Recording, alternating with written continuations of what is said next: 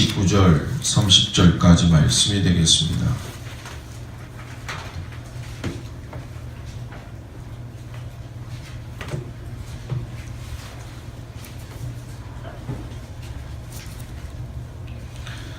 다 같이 우리 두 절 말씀이니까 우리 다 같이 한 목소리로 봉독합니다.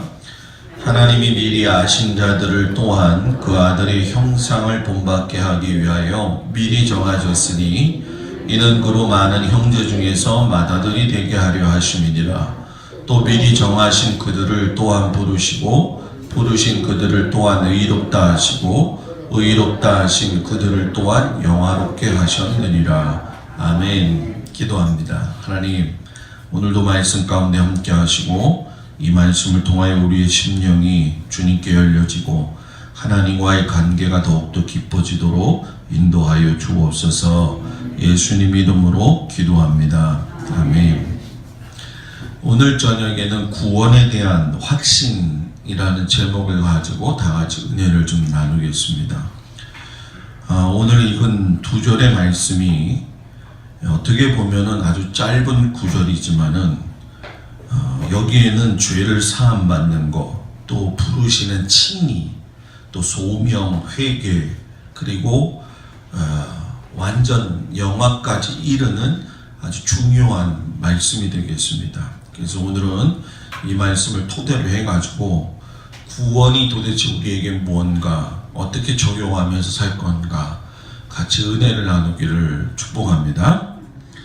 구원의 문제가 나올 적에 상대적으로 같이 나와야 될 단어가 있습니다. 그게 무엇이냐면 구원의 반대 성격을 가지고 있는 죄라고 하는 개념입니다. 죄가 없으면 구원이라고 하는 단어도 있을 필요가 없죠. 죄가 있기 때문에 구원을 받아야 된다는 거예요. 왜 사람이 구원을 받아야 되느냐, 그 필요성을 깨달아야 되는데 그 시작이 바로 인간이 가지고 있는 죄 때문이다 라는 얘기예요. 우리가 창세기 3장에 보게 되면은 인간이 하나님께서 만드시고 난 후에 하나님께서 주신 그 법 테두리가 있습니다. 그것은 구속해서 이렇게 올가매는 게 아니라 하나님 안에서 자유함을 누릴 수 있는 규례가 되는 것이고 언약이 되는 것이죠. 신앙생활을 어렵게 하고 또 좀 마음속에 힘들게 하는 사람들의 특징이 뭐냐면 예수를 믿으면 마음의 자유함이 있는 거예요. 예수를 믿으면 그것이 내게 기쁨이 되어야 되는 거고, 예수를 믿으면 어려운 일이 있어도 그것을 이겨나갈 수 있는 믿음이 있어야 돼요. 근데 어떤 사람은 예수를 믿어도 기쁘지 않아요. 또 어떤 사람은 예수를 믿었는데도 내가 구원을 받았는지 안 받았는지도 모르는 사람들이 있어요. 아마 이런 말을 하면 여러분들 가운데 목사님, 그래도 우리가 오랜 신앙생활을 하게 됐는데 적어도 그런 면에서는 우리가 다 교과서 마냥 다 띄었습니다, 이런 생각을 가질 겁니다. 그런데 제가 목회를 해보면서 느끼니만 수많은 사람들이 신앙생활을 하지만 이 죽음에 대한 문제도 그렇고 이 구원에 대한 문제도 잘 몰라가지고서는 그냥 믿습니까? 네, 아멘, 이 정도 수준에서 끝에 있는 경우가 많이 있습니다. 하나님께서 사람을 갖다가 선택하시고 그들에게 선악과를 따먹지 않게 하셨다는 건 우리가 너무나도 잘 알죠. 문제는 뭐냐면 거기서 죄가 파생되어지게 되는 건데 하와가 사탄의 말을 듣는 거예요. 자, 듣는다라고 하는 게 대단히 중요한 겁니다. 무엇을 듣느냐에 따라서 그 사람의 인생이 달라지는 겁니다. 자, 이걸 또 반대로 얘기하면 내가 무슨 말을 하느냐에 따라서 남도 그렇고 나도 그렇고 생명을 살릴 수 있고 또는 생명을 죽일 수도 있다라는 얘기예요. 하와가 말을 잘못 들었어요. 사탄의 말을 듣고 난 다음에 불순종을 하게 됩니다. 그런데 이 불순종이라고 하는 것을 우리가 순종의 반대 입장에서 생각하지 말고 조금 더 좀 편하게 이야기를 하게 된다면 뭐냐, 사탄의 말을 들으면서 내가 순종한 것이 당연하지만 그 순종의 개념이 바뀌면서 의존의 개념으로 바뀝니다. 내가 하나님을 의존하는 사람, 내가 하나님께 의뢰하는 사람은 삶의 태도가 다릅니다.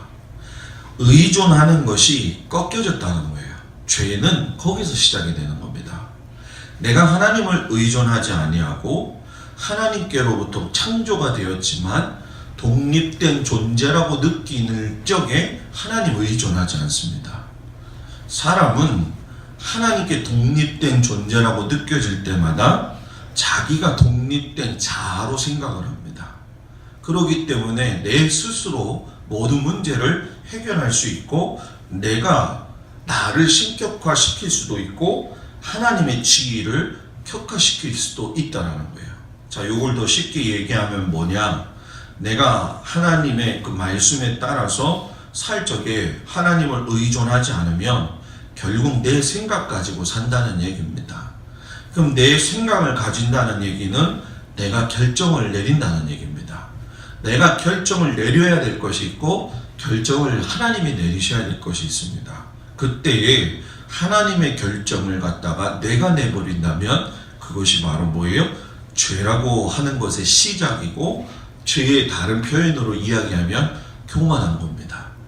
교만하다 그러면 저 사람이 좀 아는 척하고 밑에 사람을 좀 약간 낮추게 보는 게 교만한 거다 이렇게 생각을 하지만 폭넓게 본다고 한다면 교만하다는 것은 하나님을 내 인생에서 주인공으로 삼지 않고 내 마음대로 생각하고 내가 내 자신의 의견을 존중하는 게 교만이다라는 거예요.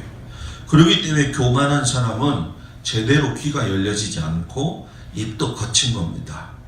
교만하지 않은 사람은 잘 듣습니다. 입에서 나오는 말이 생명입니다.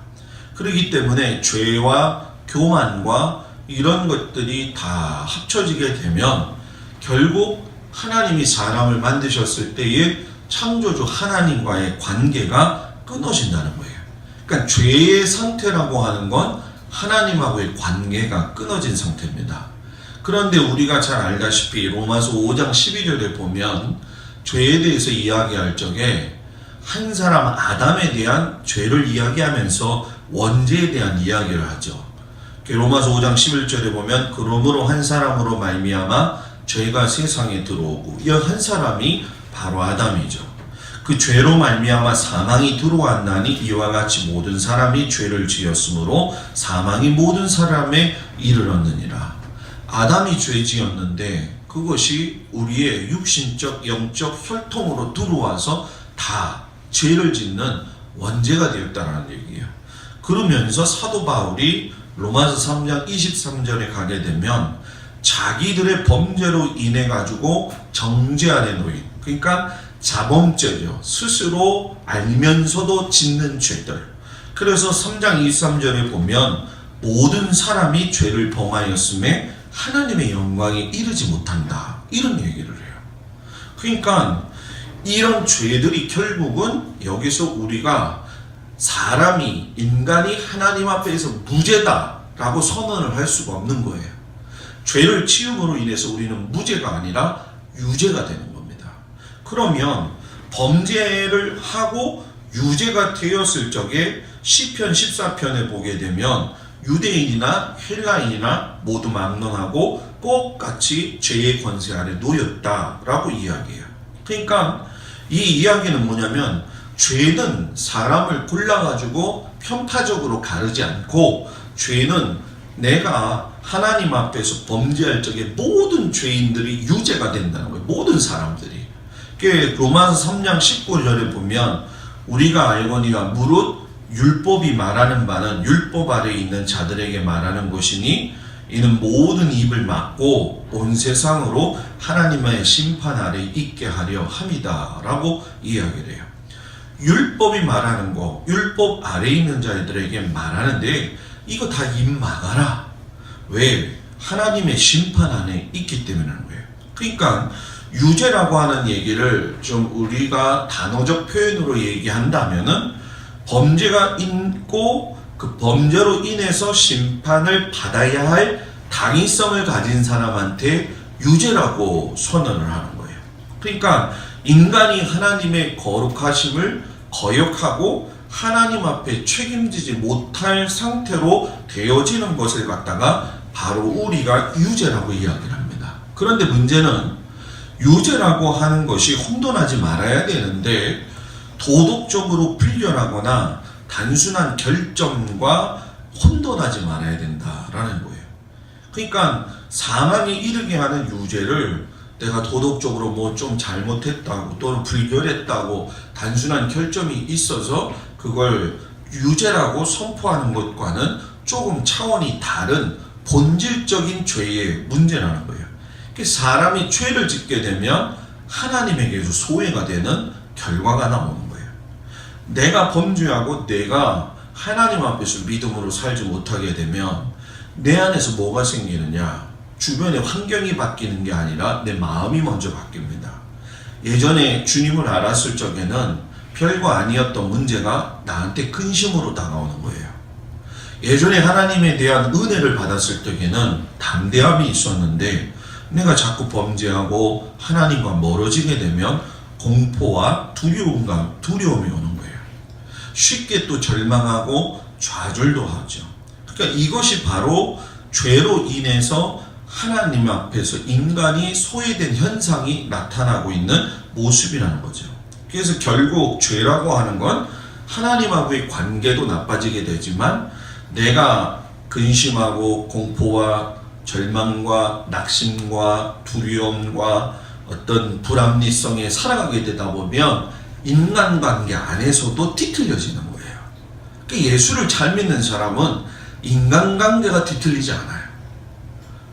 인간관계가 하나님 안에서 잘 간다는 거죠. 그러니까 이거를 평안의 눈으로 볼 수 있어야 돼요. 그러니까 이것은 저도 그렇지만 여러분들이 늘 날마다 본질적으로 훈련해야 될 중요한 겁니다.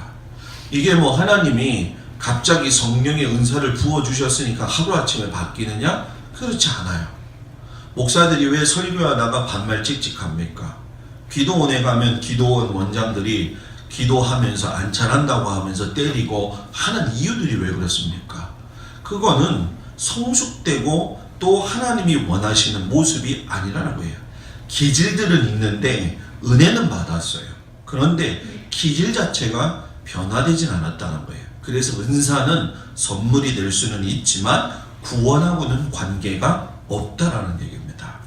자, 그러면 우리가 이렇게 죄를 지었을 적에 구원을 받아야 되는데 구원이라는 게 본질적으로 뭐냐는 거예요. 우리가 수요일마다 이렇게 제가 중요한 이야기들을 나누는 것은 실상 어떻게 보면 여러분들이 신앙생활 하면서 다 한 번씩 들어봤고 지금도 듣는 얘기입니다. 그런데 심층 있게 듣지는 못했던 분이에요.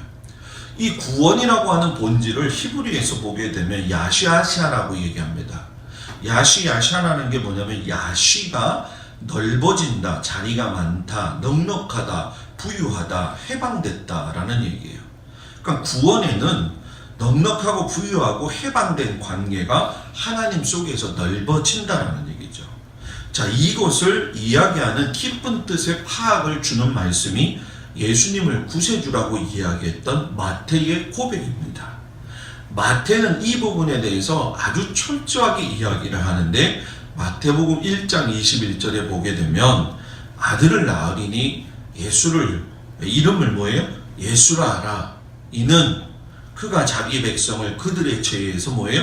구원할 자이다 라고 선언을 하고 들어가는 거예요. 그러니까 야샤 그러게 되면 구원이라고 하는 건 절대적인 하나님의 권한입니다.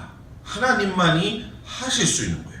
그래서 구약 같은 경우가 더 이런 것을 강조하게 되는데 이사야서 43장 11절에 보게 되면 하나님이 자신을 표현하실 적에 뭐라고 이야기하시냐면 나 곧 나는 여호와라. 나 외에는 구원할 자가 없느니라. 세상에 어떤 신이고 이렇게 얘기한 신이 없어요. 석가가 이렇게 얘기한 적이 없고 무함마드가 이렇게 얘기한 것이 없고 힌두교에서도 마찬가지지만 여러 토테미즘과 또 이런 우리가 토속 신앙들을 봤을 적에도 이런 얘기들은 없다라는 거예요. 자, 이것이 하나님이 말씀하시고 근데 끝난 게 아니라는 거예요. 하나님은 인간의 역사 가운데에서 이 야샹, 구원, 구출이라고 하는 것을 실질적으로 보여주셨는데 그 처음 등장이 어디냐면은 출애굽기 14장 30절에 나와 있는 여호와께서 이스라엘을 애굽의 사람의 손에서 구원하시매 했을 때에 이 구원하심에 이스라엘이 바닷가에서 애굽 사람들이 죽어 있는 걸 보았더라 이라고 이야기해요. 그러니까 앞에는 홍해가 있고 뒤에는 애굽 사람들이 쫓아올 때에 그때 구원이라고 하는 단어가 나오게 되죠. 근데 이 그때의 구원이라고 하는 단어는 구출이라고 하는 단어하고 똑같은 겁니다. 자, 이스라엘을 애굽에서 구출해내신 분이 누구예요? 하나님이시라는 거예요. 구출은 구출하는 것만으로 끝나는 게 아닙니다. 구출은 여러분 뭐예요? 신약에 가가지고서는 죄에서 우리를 구원하시기 위하여 예수님이 오셨다라고 했을 때 그 의미로서 구출, 구원이 된다는 거예요. 그런데 그러면 우리를 어디서 구원하시냐? 어디서 구출하시냐? 여러분들도 구원받아야 된다. 구출받아야 된다. 이런 마음을 가질 거란 말이에요. 그냥 무턱대고 내가 구원받았다. 그게 아니거든요. 성경에는 구원을 할 적에 원수라는 개념을 넣습니다. 그래서 원수로부터 내가 너희들을 구원하였고 원수들에게서 너희들을 구출해낸 하나님이다. 이렇게 얘기를 해요. 그러면 원수라고 하는 존재가 있는 거예요. 그 원수라고 하는 존재가 첫 번째가 사망과 공포라는 겁니다. 그래서 시편 6편 4절에서 5절에 보게 되면 여호와여 돌아와 나의 영혼을 건지시며 주의 사랑으로 나를 구원하소서. 사망 중에서 주를 기억하는 일이 없사오니 스올, 지옥이죠. 주께 감사할 자가 누구일까? 죽음, 사망의 공포가 누구든지 있다는 거예요. 그런데 예수님이 그 사망과 공포를 이기셨어요. 그러니까 우리는 사망과 공포에서 뭡니까? 구원 받았다는 거예요. 시편 22편 21절에 보게 되면 원수를 이야기할 적에 또 하나 뭐라고 이야기하냐면 사자의 입이다 라고 이야기를 합니다. 나를 사자의 입에서 구하소서. 주께서 내게 응답하시고 들소의 뿔에서 구원하셨나이다. 사자, 들소 다 맹수들이고 그 당시에 들소도 마찬가지지만 제가 몇 달 전에 봤던 그 유튜브에도 보면은 들소를 잡아먹으려고 했던 사자가 오히려 들소 이때에 이 처박히는 모습을 제가 본 적이 있어요. 그러니까 이 본능적으로 막 잡아먹는 그런 모습 속에서 구원하셨다. 세상은 지금도 우리를 잡아먹으려고 해요. 근데 요즘은 믿는 사람끼리 자꾸 잡아먹으려고 그래요. 믿는 사람끼리 잡아먹는 게 아니에요. 세상이 우리를 잡아먹기 때문에 같이 한 마음이 돼서 우리가 세상과 싸워서 사자와 같은 맹수로 변해져 있는 이 세상을 이겨야 되는데 그렇지 못하다는 거예요. 그리고 또 원수를 뭐라고 이야기하냐면 신명기 20장 4절에 전쟁이 원수다 이렇게 얘기를 합니다. 너희 여호와는 너희와 함께 행하시며 너희를 위하여 너희 적군과 싸우시고 구원하실 것이라 할 것이며 전쟁 악한 자 시편 59편 2절에 보면 악을 행하는 자에게서 나를 건지시고 피 흘리기를 즐기는 자에게서 나를 구원하소서. 악한 게 원수예요. 이게 악한 것은 여러분 사탄의 영역권 안에 있는 것이기도 하지만 사탄이 사람을 통해서 악하게 만들어 가지고선 하나님께서 그걸 사람이 그것에 뭐예요? 쓰임받는 경우도 있다 없다? 있다라고 하는 거예요. 있다라고 하는 거예요. 김정은이가 어렸을 때부터 일본 사람을 통해서 식사를 받았던 그 셰프가 요번에 북한에 들어갔다 왔잖아요. 어제 나오면서 왜 이렇게 미사일을 쏘느냐 라고 김정은이한테 물어보니까 저 미국들이 저것들이 자꾸 기분 나쁘게 해가지고 말하면 승질 나가지고 한 번씩 쏜다는 거예요. 자, 이게 뭐냐? 자기가 악한데 악한 이유가 뭔지 몰라요. 다른 거에 돌린다는 거예요. 안타깝게도 근데 세상 사람들도 그러지만 믿는 자들도 그렇다는 거예요. 그리고 이사야서 38장 21절에 보면 질병도 원수다라고 이야기를 합니다. 이사야가 이르기를 한 뭉치 무화과를 가져다가 종초에 붙이면 왕이 나으리라 하였고 라고 이야기해요. 질병. 소록도에서 근무하고 있었던 분이 2004년인가 2001년에 독일로 넘어가셨다가 어제 오셨죠. 그래서 소록도 방문한 그 수녀 이야기를 보셨나요? 뉴스에 나왔잖아요. 그죠? 굉장히 대단하잖아요. 그죠? 그분이 70세 때였는데 70세 때 자기가 대장암에 걸렸기 때문에 내가 오히려 소록도에 있는 사람들한테 민폐가 될까봐 조용히 떠났다는 거예요. 그래서 가면서 수녀 2명이 울었다. 이렇게 얘기를 하고 이제 10몇 년이 지나가지고 또 찾아와서 감사하다라고 하는 그 말을 들어봤어요. 인간은요, 누구든지 질병에서 체해된 사람이 없습니다. 누구든지 자기를 건강하다고 생각하는 건 어리석은 사람입니다. 그리고 내가 지금 저 사람은 질병이 걸렸지만 나는 질병이 안 걸렸으니까 그 사람도 어리석습니다. 왜냐? 나가다가 하루 앞도 못 누르고 죽는 것이 우리 인생이기 때문에 그런 거죠. 그리고 또 원수라고 하는 걸 뭐라고 이야기하냐? 환난이라고 이야기합니다. 예레미야 10장 7절에 보면 슬프다 그날이요 그와 같이 엄청난 날이 없으리라. 그날은 야곱의 환난의 때가 되미로다. 그러나 그가 환난에서 구하여 냄을 얻으리로다. 그리고 마지막에 이 원수가 누구냐? 죄다라고 시편 51편 14절에서 이야기해요. 하나님이여 나의 구원의 하나님이여 피 흘린 죄에서 나를 건지소서. 내 혀가 주의 의를 높이 노래하리다. 자, 쭉 읽어보니까 뭘 느낍니까? 영적인 면도 있고 육적인 면도 다 원수로서 되어져 있다는 거예요. 그 모든 것에서 우리 주님이 우리를 구출해 주셨다는 거예요. 그러니까 구원이라고 하는 것은 내가 내 권한을 가지고 있는 문제가 아니라 내 모든 것을 주님께 이양한 것이 구원입니다. 그걸 받아들여야 구원이라는 게 성립이 되는 거예요. 자, 이양했다라고 하는 얘기는 구출한 것만 끝나는 게 아니라 내가 가지고 있는 나의 삶, 내가 예수님을 믿음으로 인해서 나의 모든 걸 다 이양했다. 나의 죽고 사는 거, 나의 먹고 사는 거, 나의 입고 사는 거, 내 자녀들의 문제, 내가 질병에 걸려있다 할지라도 그 속에서 뭐예요?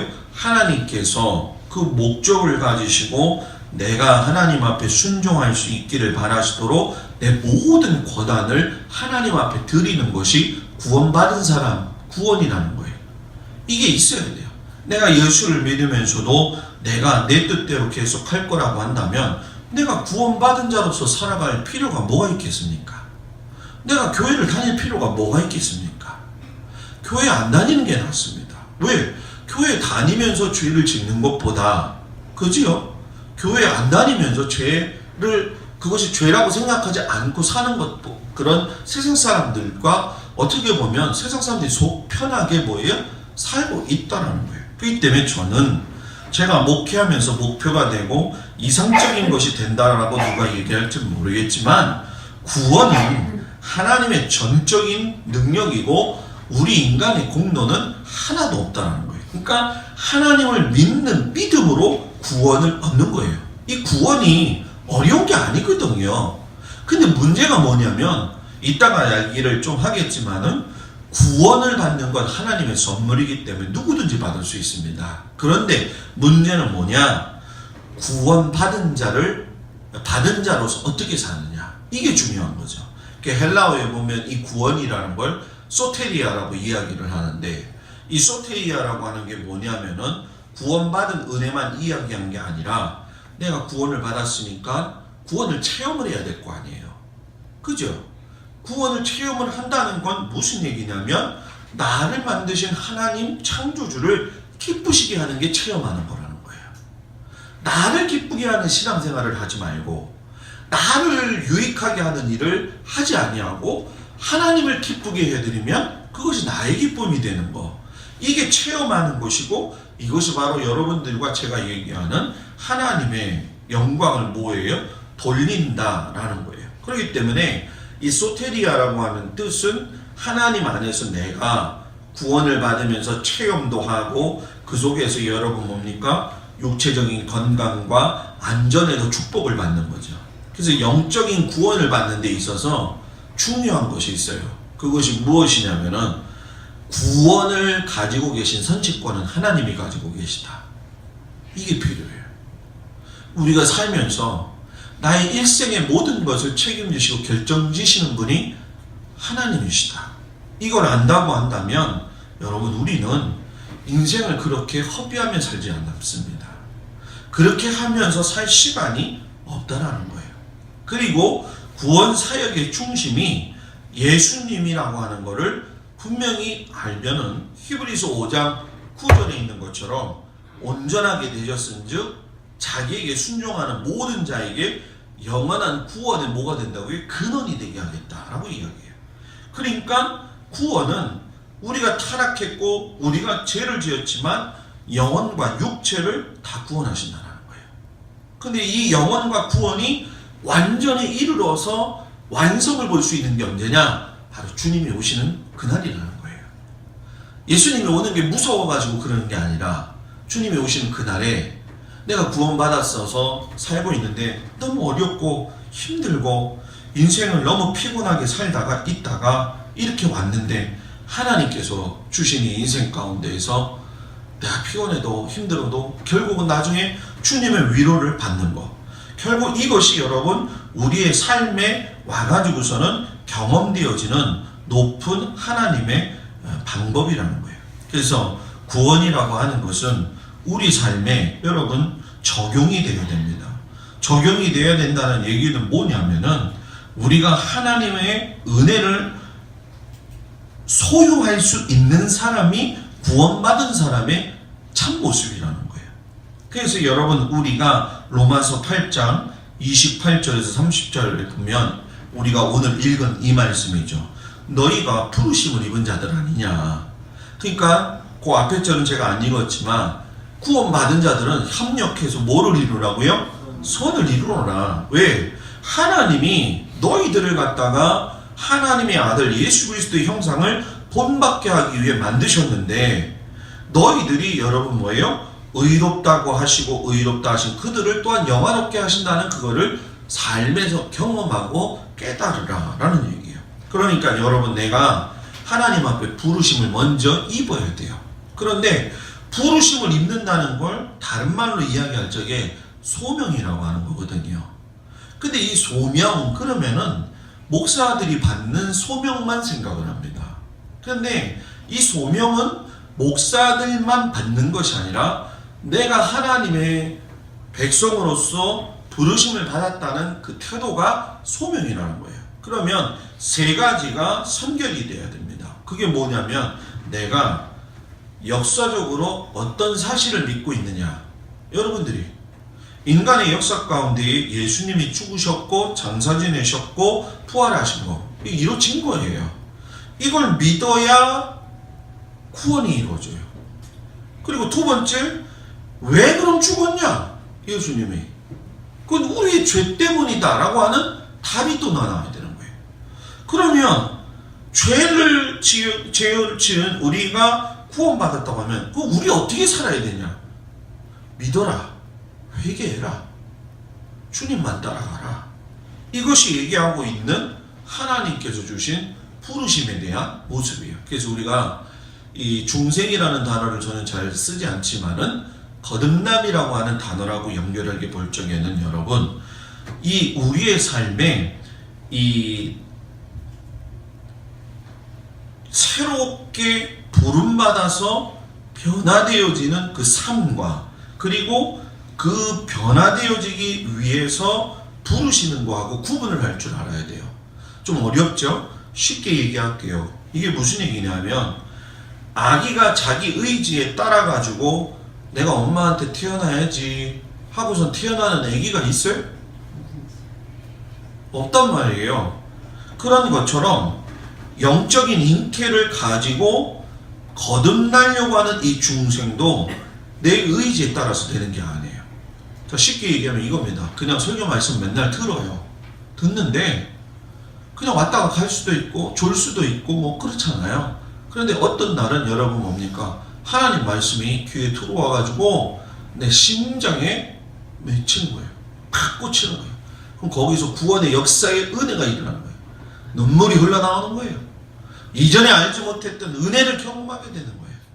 이것이 내가 작정한다고 나 은혜 받을 거야 라고 한다고 해가지고서는 되는 문제가 아니라는 거예요.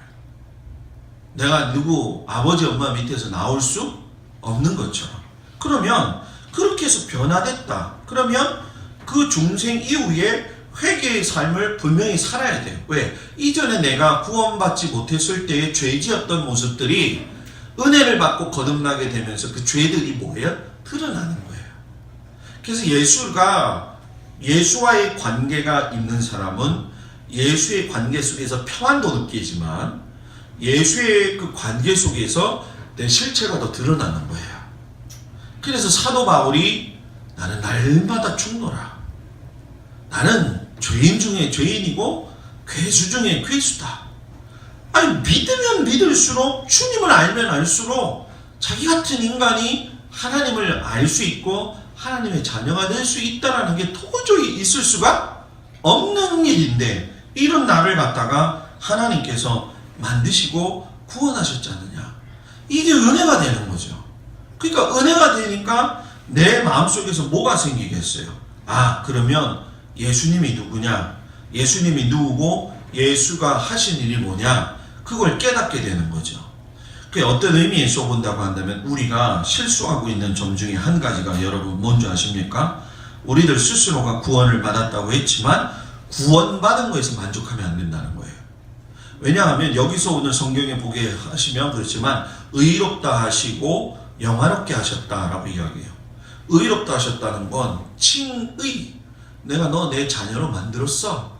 내가 너 죄인인데 의롭게 만들었어. 이렇게 이야기하는 게 칭의예요. 그러면 그렇게 의롭게 만든 사람을 갖다가 여러분 뭐예요? 하나님께서 영화롭게까지도 뭐예요? 하신다라고 하는 거예요.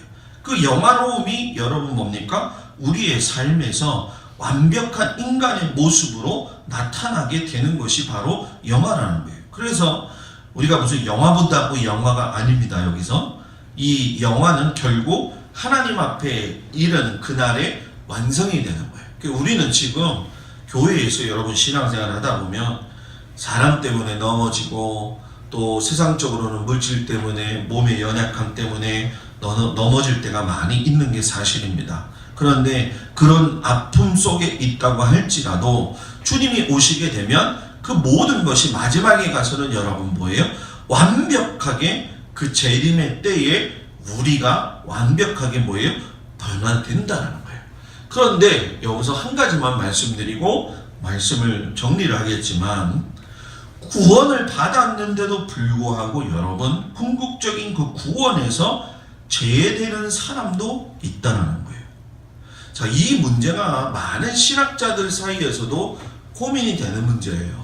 왜냐하면 우리가 예수 믿어서 구원받았는데 구원은 한 번 받았으면 됐지 그게 불면이 될 수 있나? 그게 구원을 받지 못하고 버림받은 사람으로서 나락에 떨어질 수 있느냐?